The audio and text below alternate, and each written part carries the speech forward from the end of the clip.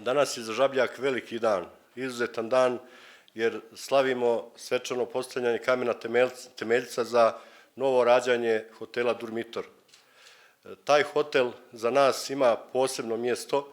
za sve ljude koji žive na ovim prostorima i posebno nam znači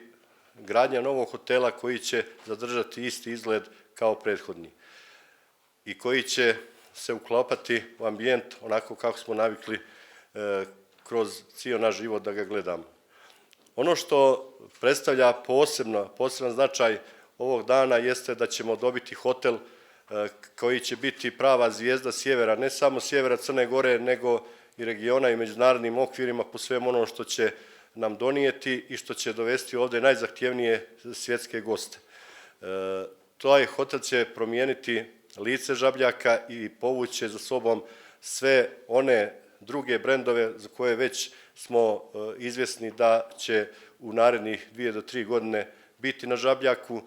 i to je ono što ovom gradu je nedostajalo. Imamo hotele sa malim kapacitetima i ponudom kakva ne prati ovaj trenutak, tako da sada sa Hotel Durmitorom, sa gradnjom par hotela koji su već poodmakli, sa najavljenom gradnjom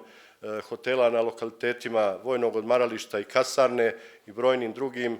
potpuno će se ova slika promijeniti. Ono što želim posebno da iskažem svoje zadovoljstvo, što je naše dosadašnje iskustvo kroz sami početak i dolazak gospodina Statisa sa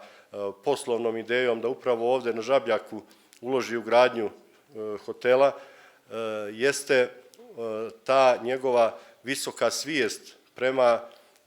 njegovoj ulozi u lokalnoj zajednici. Tako da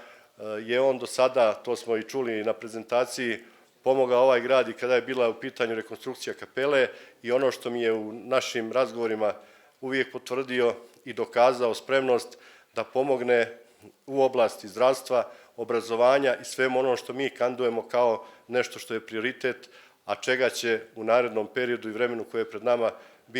biti sve više. I u tom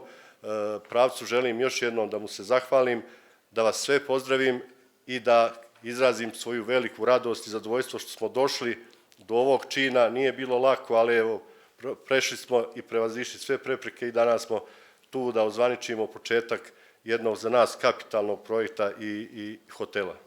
Kompanija Durmitor Hotel & Villas, koja je u 100% vlasništvu gospodina Statisa,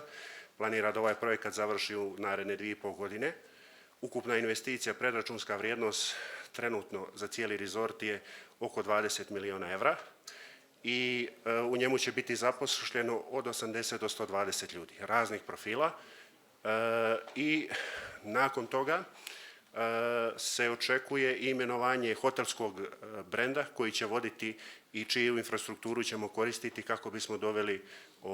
najelitnije i najluksuznije goste koji postoje na planeti.